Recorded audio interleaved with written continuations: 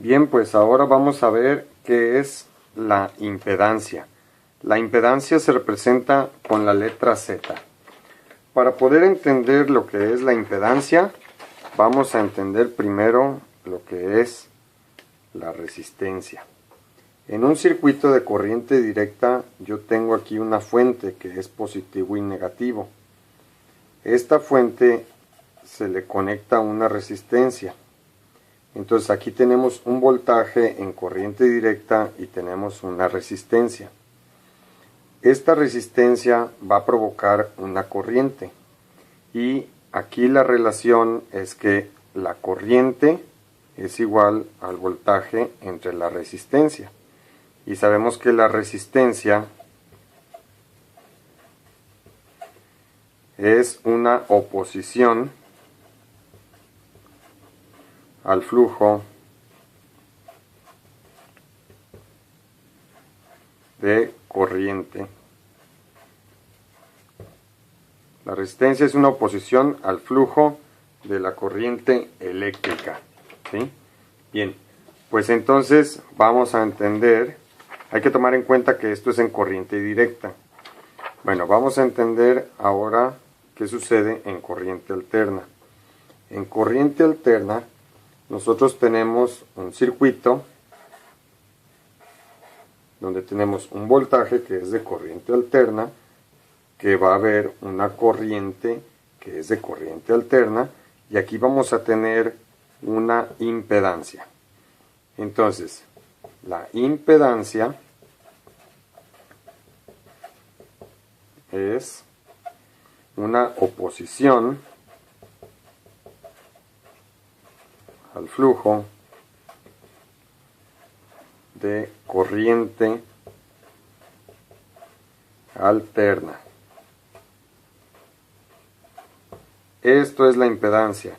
La impedancia es una oposición al flujo de corriente alterna y la resistencia es una oposición al flujo de corriente. Corriente que puede ser directa o alterna. Bien, ¿qué sucede aquí con la impedancia? La impedancia, al haber un voltaje, una corriente y una impedancia, aquí se va a relacionar con la ley de Ohm, en donde la corriente es igual al voltaje entre la impedancia. Si se fijan, es muy parecido. Corriente es igual a voltaje entre resistencia, y aquí corriente es igual a voltaje entre impedancia. En la corriente alterna se llama impedancia a la oposición al flujo de corriente. Sin embargo, tenemos un detalle. Cuando nosotros tenemos una impedancia, aquí adentro de esta impedancia, pues podemos tener un elemento resistivo, es decir, que es una resistencia solamente. En este caso, si nosotros vemos el circuito de la impedancia, vamos a tener corriente es igual a voltaje sobre Z. Como la impedancia es igual a la resistencia más la reactancia, esta es la definición de impedancia. Lo vamos a ver en el siguiente video, en el que la impedancia es una resistencia compleja.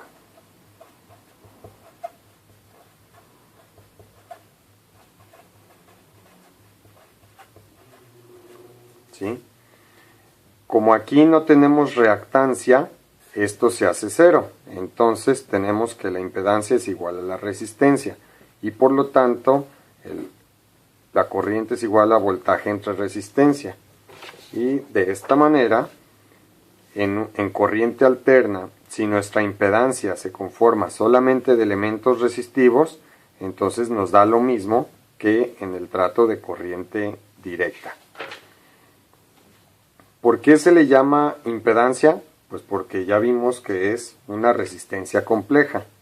En este caso tenemos solamente un elemento resistivo. Pero ¿qué sucede si tenemos una impedancia y este consta de un elemento resistivo y un capacitivo? Entonces aquí ya aplica el término de resistencia compleja, porque tenemos la resistencia y tenemos una reactancia. En este caso, la reactancia capacitiva es igual a menos J entre 2pi por la frecuencia por la capacitancia. Y si tenemos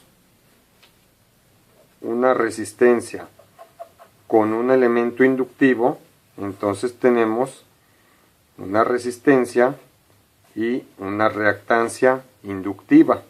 Normalmente se le pone X sub L y X sub C. Entonces la reactancia inductiva va a ser igual a más J por 2pi por la frecuencia por la inductancia. Bien, en el siguiente video vamos a ver más adelante lo que se representa con la inductancia.